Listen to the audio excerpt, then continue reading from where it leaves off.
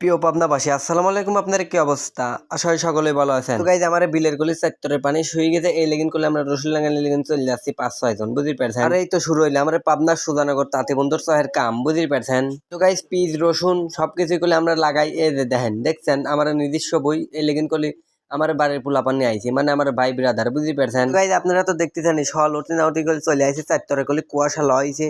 এখন করলে আমার খিদে লেগে গেছে, মানে 10টা কলি বাজি গেছে। তারপরে কলি ভাত আনছে, বুঝতে পারছেন? তো গাইস, শহরের মধ্যে যে ভাই বিরাদারের সাথে খাওয়ার একটা মজা, সেই মজাটা আপনারা কেমন বুঝবেন? যারা যারা খাইছেন তারাই বুঝবেন, বুঝতে পারছেন? আসলে গাইস, খাওয়াটা কলি বিষয় লয়, বুঝতে পারছেন? মানে মজাটাই তো বড় বিষয়, বুঝতে পারছেন?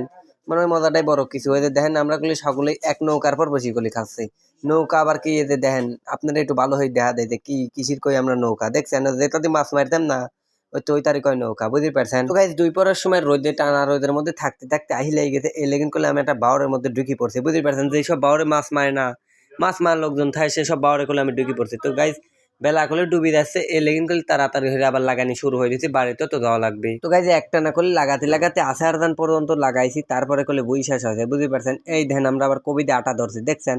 ধানের চক্কলি পার দিয়ে চলে আইছি। এখন করলে আমরা বাদ যাচ্ছি।